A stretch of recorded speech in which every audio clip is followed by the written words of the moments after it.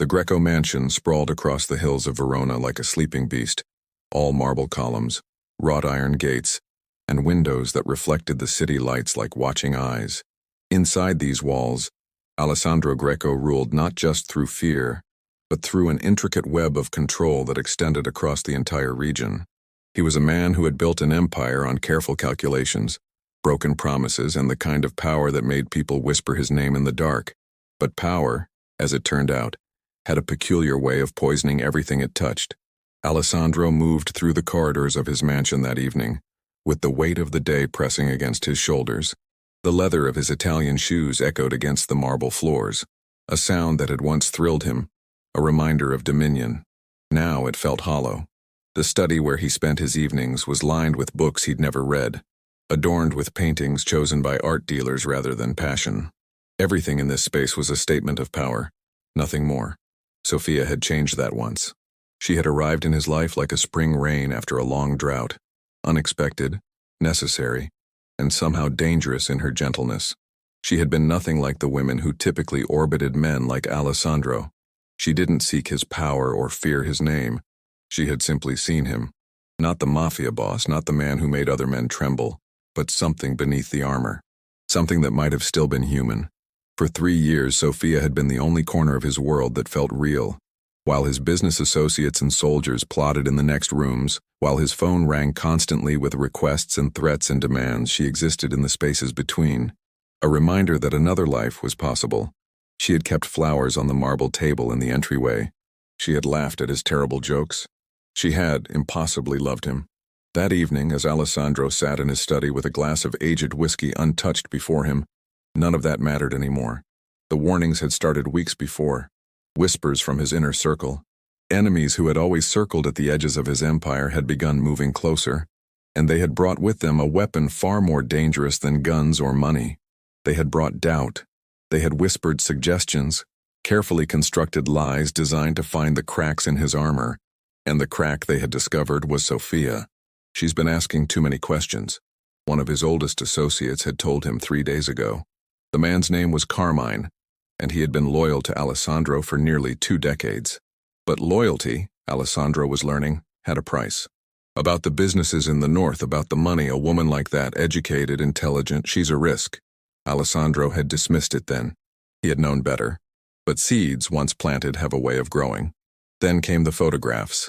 Grainy images of Sofia meeting with a journalist at a cafe near the city center. Just one meeting. Innocent enough. Or it could have been. But in the world Alessandro inhabited, innocence was a luxury no one could afford. The journalist specialized in organized crime. The implications were immediate and devastating. That night, as Alessandro waited in the study for Sofia to come home from her evening walk, he told himself he was simply going to ask her about it. There would be an explanation. There had to be. But beneath that rational thought ran a current of rage, the kind that builds slowly in men accustomed to absolute control, the kind that turns to poison when it finally breaks the surface. Sofia had found him in the study, exactly where she always did. She wore a cream-colored dress that had been his favorite for months. Her dark hair was pulled back simply, and her face carried that particular peace that had always drawn him to her, as though she had solved some fundamental problem about existence that the rest of the world was still struggling with. That peace would not survive the next hour. Alessandro had shown her the photographs without preamble, had laid them on the mahogany desk between them like evidence in a trial. He had watched her face carefully, looking for the micro-expressions that might reveal the truth. Guilt, fear, calculation. But what he saw instead was confusion, then hurt, then something that looked dangerously close to pity. She had tried to explain. The journalist had approached her at the cafe. She had been curious. Was that a crime? She had listened to what the man had to say, but she had told him nothing. How could she? She knew nothing of consequence about Alessandro's business. She had been honest, she had been careful, and she had said no when the journalist asked her to meet again. But Alessandro by then was not listening anymore. The poison had already worked its way through his system. The lies that his enemies had planted had taken root, and in that moment, they had flowered into something that looked exactly like truth. The argument that followed was not dramatic or loud. That was perhaps what made it worse. It was the careful, measured destruction of something beautiful. the way a surgeon's scalpel cuts through living tissue without apparent effort. He had told her that he could not trust her, that in his world, trust was the only currency that mattered, and she had spent hers. He had told her that she was a liability, that she had always been naive about the realities of his life, and that her naivety was dangerous. He had told her, with the kind of cruelty that only comes from hurt, that without him she was nothing, that the life she had known before him had been small and colorless and that she would never survive the return to it. And then he had told her to leave. The words had come out cold and final, each one chosen with the precision of a weapon. She had listened without interrupting, her face growing paler with each sentence, as though she was watching him disappear, as though the man she loved was being replaced by something else, something that wore his face but was not quite him. When he had finished, she had simply stood there for a moment as though waiting to see if he had anything else to say. He had not. He had turned away from her, back toward his desk, and had sat down with the determined posture of a man who was closing a door he would never open again. She had left without a word. No argument, no tears, no attempt to change his mind. She had simply walked out of the study, down the marble corridors of the mansion and out into the Verona night. Alessandro had not watched her go. He had sat at his desk and finished his whiskey, and he had told himself that he had done the right thing, that power required sacrifice, that love was a weakness he could no longer afford, that she would be better off without him, that in time he would forget the sound of her laugh or the way she had of touching his face when she thought he was worried about something. He had been wrong about almost all of it. The first week after Sofia left, Alessandro had thrown himself into work with the intensity of a man trying to outrun his own thoughts. He held meetings that ran until dawn. He reviewed operations in territories he hadn't personally overseen in years. He made decisions with a ruthlessness that even his oldest associates found unsettling, decisions that were clearly being made by someone who no longer had anything left to lose. By the second week, the cracks were beginning to show. The mansion had taken on a quality of absence that seemed almost physical. It was not merely that Sofia was no longer there, it was that every room now announced its emptiness. The flowers she had kept on the marble table in the entryway had wilted and been removed by the housekeeping staff. The music she had played on Sunday mornings no longer drifted through the corridors. The study where Alessandro spent his nights no longer carried even the ghost of her perfume.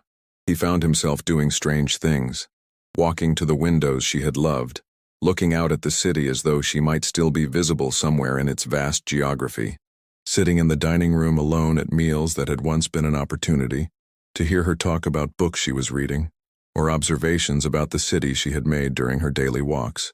He discovered that her absence was not an empty space. It was an active, present thing, like a phantom limb that continued to ache long after amputation. The other men began to notice. Carmine, who had first planted the seeds of doubt, seemed to take satisfaction in it. There was something in his eyes when he looked at Alessandro now, a knowledge that the Mafia boss had a weakness, and that weakness had a name. Other associates became emboldened. Decisions that would have been made with careful consultation were now contested. Territory that had been secure for years was being probed by competitors who sensed opportunity. Alessandro did not care. He had never not cared before, and the experience was both liberating and terrifying. He began to drink more heavily in those weeks, not the careful, measured consumption of the successful businessman, but the reckless drinking of a man trying to make the hours move faster. He would sit in the study late into the night, a glass in his hand, and find himself thinking about specific moments. Sofia reading a newspaper at the breakfast table, the concentrated expression on her face as she tried to solve a crossword puzzle. Sofia laughing at something he had said, her head thrown back, her whole body consumed by the joy of it. Sofia asleep beside him, her breathing steady and peaceful, her hand resting on his chest as though claiming ownership of the thing inside. He had told her she couldn't survive without him. The cruelty of that statement began to haunt him, because the truth was becoming increasingly clear. It was he who could not survive without her. The empire he had built, the power he had accumulated, the fear he had cultivated, none of it had any meaning now. A kingdom meant nothing if there was no one to share it with, if the only person whose presence had ever felt like home had been cast out into the darkness. By the third week, Alessandro was making mistakes. Small ones at first, miscalculations in shipments, delays in communications, lapses in the careful protocols that had kept his empire functioning smoothly. His associates were beginning to notice. Whispers were intensifying. The predators that surrounded him, always sensing weakness, were moving in closer. He had received a phone call from Carmine one evening. The man's voice had carried an almost celebratory tone as he reported that certain parties were questioning whether Alessandro was still fit to lead. Others were making moves to expand their territory. The situation, Carmine had suggested carefully, might require immediate and aggressive action to restore order. Alessandro had listened to the entire report without speaking, and then he had hung up the phone without responding. He had understood in that moment what was happening. Carmine and others like him had been waiting for exactly this moment, a moment when the boss, distracted and diminished, could be removed. They had engineered that moment, of course, by planting the lies about Sofia, and now they were preparing to reap the benefits of their own manipulation. In another life, Alessandro would have been fascinated by the elegant brutality of it. He might have even respected the audacity. But that night, sitting alone in his study, he found that he could not summon the energy to be angry about it. What was the point? Without Sofia, what was he protecting? What was the Empire for?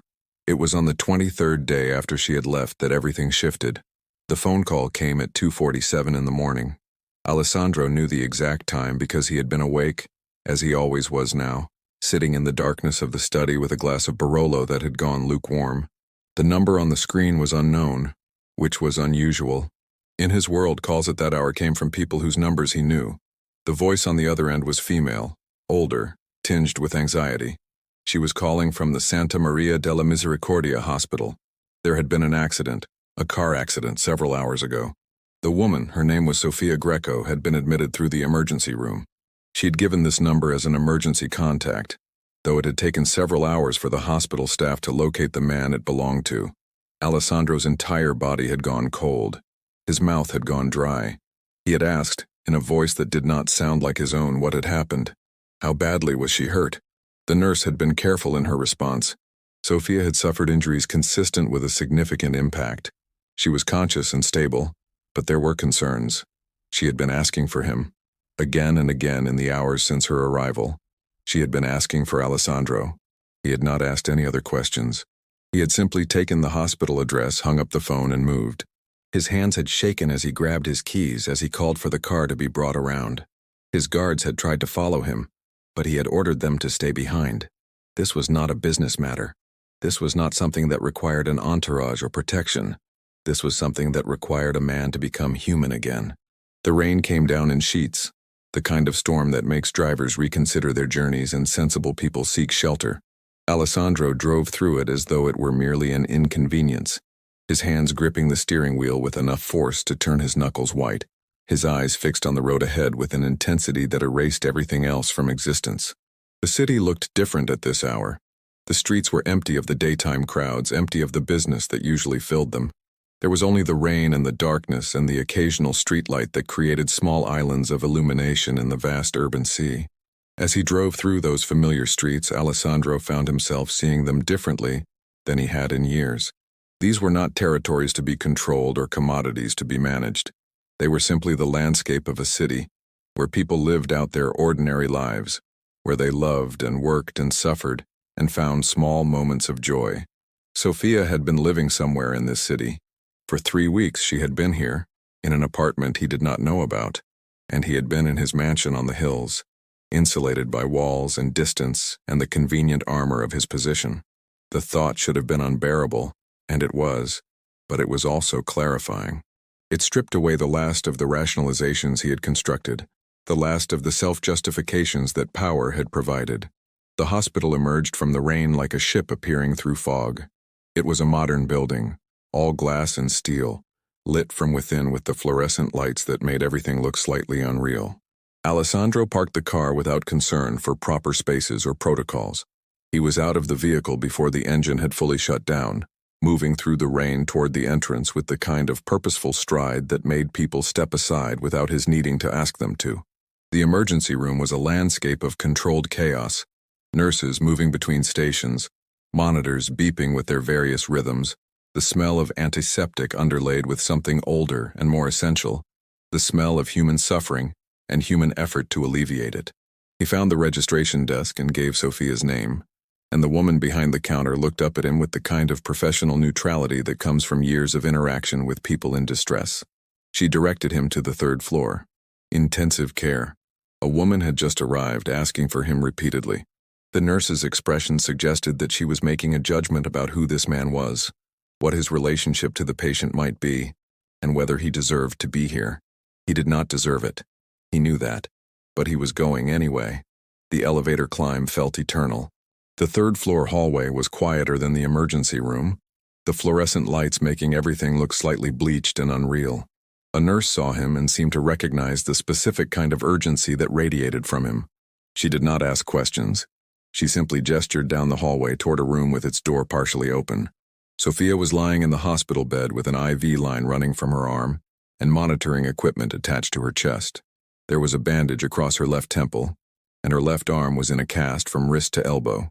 Her eyes were closed, and for a moment Alessandro's heart stopped, seized by the terrible thought that he had arrived too late, that the universe had decided to take her from him even as he was finally understanding what she had meant to him.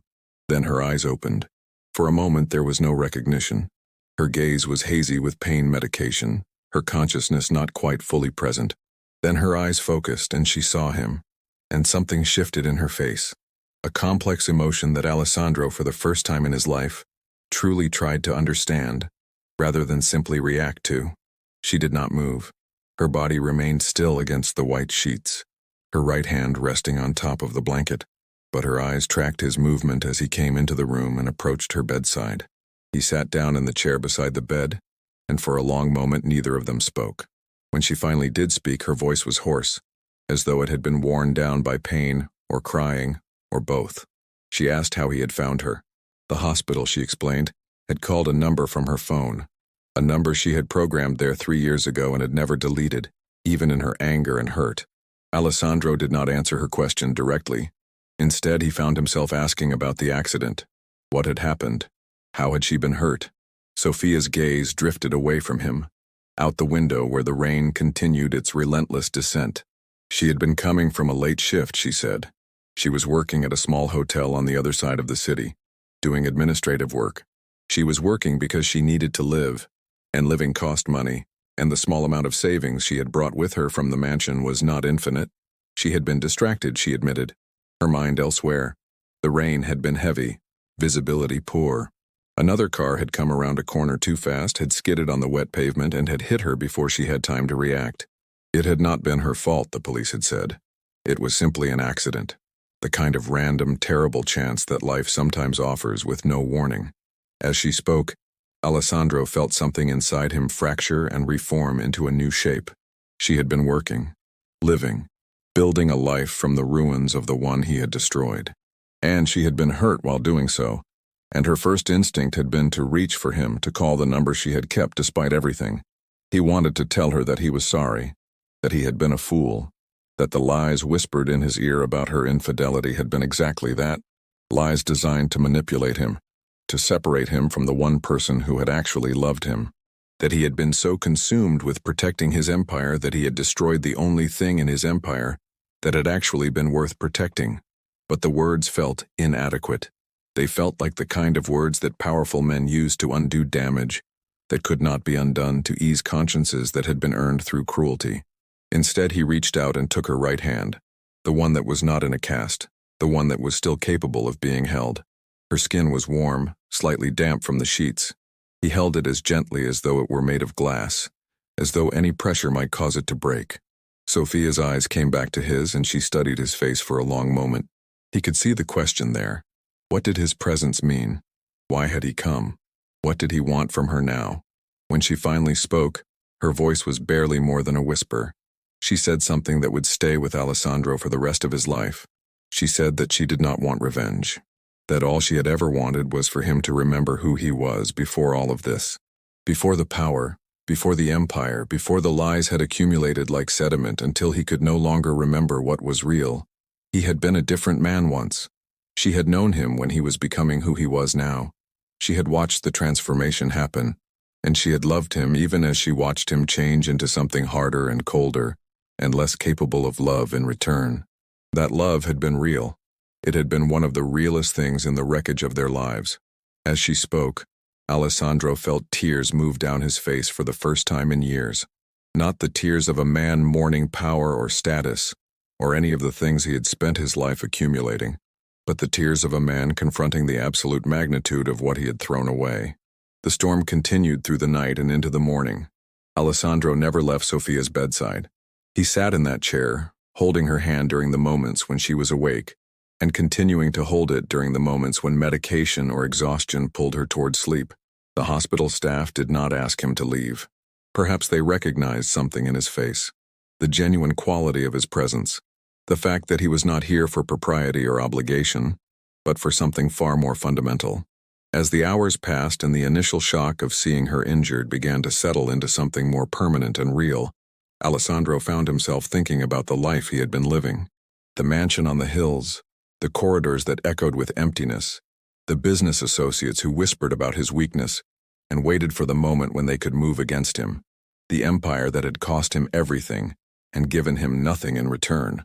By the time the sun began its slow rise over Verona, painting the sky in shades of gray and pale orange, he had made a decision. It was not a decision he had arrived at through calculation or strategy. It was something simpler and more profound, a recognition of what actually mattered, and a commitment to honoring that recognition. When Sofia woke in the early morning, with the doctors coming through to check her vital signs and assess her injuries, Alessandro was still there. The doctors were cautiously optimistic. She had been fortunate. The injuries, while serious, were not life-threatening. With proper rest and rehabilitation, she would recover fully. She would need to remain in the hospital for several days for observation, but there was no reason to expect any complications. It was after the doctors had left that Alessandro did something he had never imagined himself doing. He stood up from the chair and then he knelt down beside Sofia's bed, not as a gesture of supplication to her, though there was an element of that, but as a gesture of fundamental transformation. He was lowering himself from the position of power and control that had defined his entire life. He was making himself vulnerable in a way that men in his position were never supposed to be vulnerable. Sofia watched him with an expression that was impossible to fully read. Shock was certainly part of it, but there was something else, a recognition of what this gesture meant, not just to him, but to everything that had happened between them. He told her that he had made mistakes, that he had allowed fear and pride and ambition to poison the only real thing in his life, that he had believed lies because those lies had confirmed what he wanted to believe about power, that it was the most important thing, that it was worth any sacrifice, that love was something weaker men needed, but that he had transcended. He had been wrong. He told her that the empire he had built meant nothing, that the fear he had cultivated in other men was a cheap substitute for the actual respect and love of one person, who saw him clearly and cared for him anyway, that he had spent 3 years with her and had not understood what he had until the moment when it had been taken away. Most importantly, he told her that he was going to dismantle it. The business, the operations, the networks of people and money and violence that had defined his life. He was going to step away from it. And yes, there would be consequences. There would be people who tried to fill the vacuum. There would be complications and dangers and losses. But he could no longer justify continuing to build that empire at the cost of his humanity. Sofia listened to all of this without interrupting. Her hand, where it remained in his, was steady. When he had finished, she asked him if he meant what he was saying. It was not a question asked in doubt, but in the kind of careful way someone asks a question when they need to understand the complete answer before they allow themselves to hope. He told her yes, that he had spent 3 weeks without her, and those 3 weeks had been a kind of death, that he had understood finally what she had been trying to tell him in the months before he had thrown her out, that there was a version of himself that existed before he had become addicted to power, and that version, flawed and uncertain and imperfect as it was worth trying to become again. In the days that followed, as Sofia's condition improved and she was eventually released from the hospital, the transformation began to take shape. It was not a simple process. Alessandro had spent decades building his empire, and stepping away from it meant dealing with people who did not want to see him step away. Carmine and others like him made moves to expand their power. There were moments when violence erupted, when Alessandro found himself having to use his remaining power to establish protocols for his withdrawal rather than his dominion. But he persisted. He made calls to people he had worked with for years and told them that he was no longer interested in the business. He transferred operations to people he felt could run them more humanely than he had. He liquidated assets and redistributed money in ways that surprised both his competitors and his associates. Some of the money went to organizations that worked against organized crime. Some went to rebuilding his life. He rented an apartment across the city from the mansion, a modest place, nothing like the palatial estate he had inhabited for so long. Sophia came to live there with him as she recovered from her injuries. They did not speak about the past in those early weeks. They simply existed together in that small space, learning to be together in a way that did not involve empires or power, or the complex dynamics of a world built on fear. But the past existed whether they spoke about it or not. One evening, as they were eating dinner on the small balcony of the apartment, a balcony that overlooked not sprawling estates but the ordinary streets of the city, Sophia finally asked him a question that she had been holding for weeks. She asked him if he regretted it. Not the decision to leave the business, she could see that he did not regret that. But the years before, the choices that had led him down that path, the man he had been when she had met him, who was already so far along the road to becoming the person who would eventually throw her out into the night. Alessandro considered the question carefully. He could have simply said no, that everything he had done had been necessary to bring him to this moment, to understanding what mattered. That would have been a comforting lie. But he had spent enough time with lies. He told her that yes, he regretted it. He regretted the years he had spent accumulating power instead of learning what actual strength looked like. He regretted the people he had hurt in service of his ambition. He regretted the man he had become. And he regretted what that man had cost her. The regret was not something he could undo or overcome. It was simply part of the landscape of his life now, a permanent reminder of what he had cost himself and those around him. But he also told her that regret, at least, meant he was still capable of being human. It meant he was still capable of understanding what had been wrong about the life he had lived. And perhaps, given time, he might become someone who deserved the love she had offered him so freely for 3 years. Sophia's response was to reach across the small table and take his hand. She did not tell him that he was forgiven. Forgiveness was something more complex and harder one than simple absolution. But she told him that she was willing to walk forward into whatever came next. And that was enough. 6 months later, the news had spread through Verona and beyond. The Mafia boss who had withdrawn from power. The empire that had dissolved not through violence from competitors but through deliberate dismantling by the man who had built it. Some called it weakness. Others recognized it for what it was. A man finally understanding that the strongest thing he could do was let go of the very thing that had defined him. Alessandro no longer held power in the traditional sense. But he held something else, the hard-won knowledge of what mattered, and the commitment to actually honoring that knowledge in how he lived. He worked at a small bookstore in the city, helping customers find stories, and slowly learning to build a life that was ordinary, quiet, and real. Sophia's injuries healed. She continued working, though now it was by choice rather than necessity. Together, they built something that neither of them had ever expected to build.